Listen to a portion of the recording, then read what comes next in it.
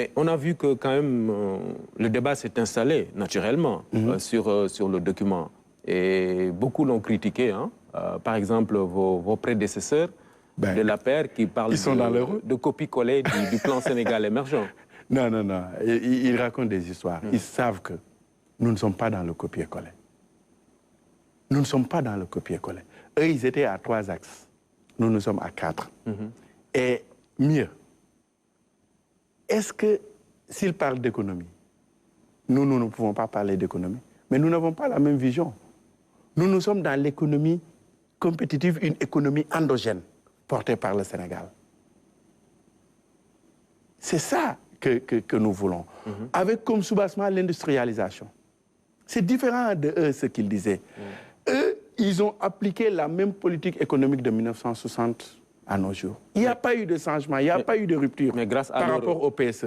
Mais grâce à leur plan, ils ont quand même pu réaliser des infrastructures structurantes. Oui, des infrastructures structurantes, mais des infrastructures qui n'apportent pas grand-chose en termes de rentabilité. Quand vous prenez une dette, vous devez l'investir dans un secteur qui va vous rapporter quelque chose. Mais payer, je ne dis pas que les infrastructures, ce n'est pas bon. Hein? Ouais. Ah non, non, non, je ne dis pas. Un BRT, c'est utile oui, quand même. Mais on peut toujours discuter du prix et du mode de financement. Le mode de financement, c'est ça qui a posé problème. S'endetter, imaginez en 2012, quand Wade partait, la dette, c'était à 42% du PIB. Aujourd'hui, nous sommes à 83% du PIB, alors que la norme communautaire, c'est 70%.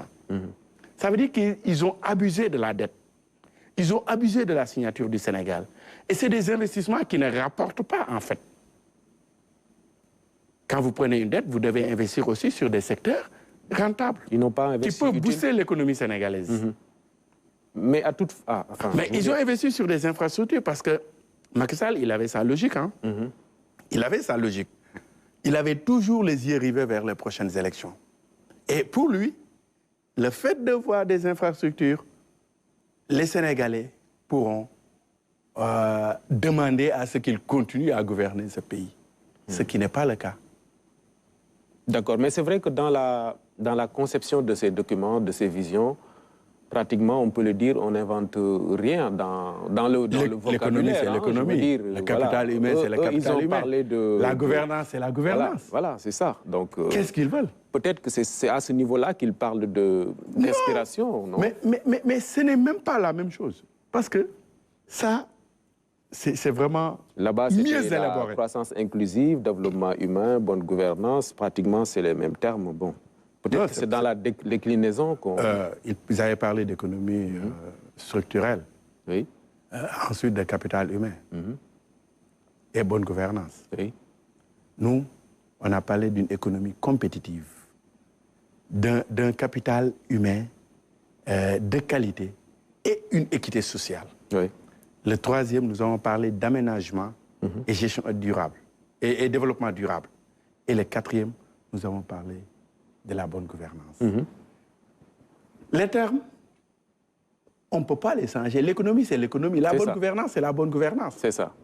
Mais je vous dis, en termes, parce que la phase analytique n'est pas la même, la phase stratégique n'est pas la même, la phase opérationnelle ne sera pas la même.